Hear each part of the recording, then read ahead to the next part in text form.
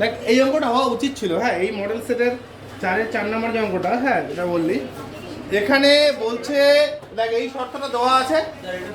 হ্যাঁ, ওই যে কয়েকজন হয়নি বলে আমাদের বলছে x/y এর ভ্যালুটা কত। হ্যাঁ, তাহলে এটা খুব সহজ ছিল। হ্যাঁ, 40%, তার মানে কত, x + y এর মানে গুণ হয়ে যাচ্ছে, গুণ 40%, তার মানে 40/, কিরকম থাকলো পয়েন্টটা বল, এদিকে x - y এর 60% মানে ইনটু কত হচ্ছে 60/100, এরকম পাচ্ছিস।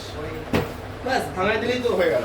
তাহলে এখানে পরের লাইনে এই 100 100 গেল, এই যে 0 0 গেল, উপরে কত 2, এখানে কত হচ্ছে 3, কাটাকাটি করলে তাহলে আমরা পাচ্ছি কত, এখানে 2x বল, 2x + 2y, এদিকে বল 3x মাইনাস কত, 3x - 3y হলো। x গুলোকে একদিকে কর, y গুলোকে আরেকদিকে কর, তাহলে কত হচ্ছে এখানে 2x - 3x - 3y - 2y।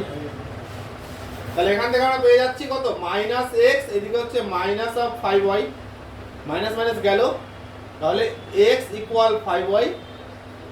তাহলে x এর নিচে যদি আমরা y দিয়ে দেই, x/y, তাহলে 5 এর নিচে কত থাকবে 1, তাই না? তাহলে পেয়ে গেলাম। সুতরাং x/y হচ্ছে 5/1।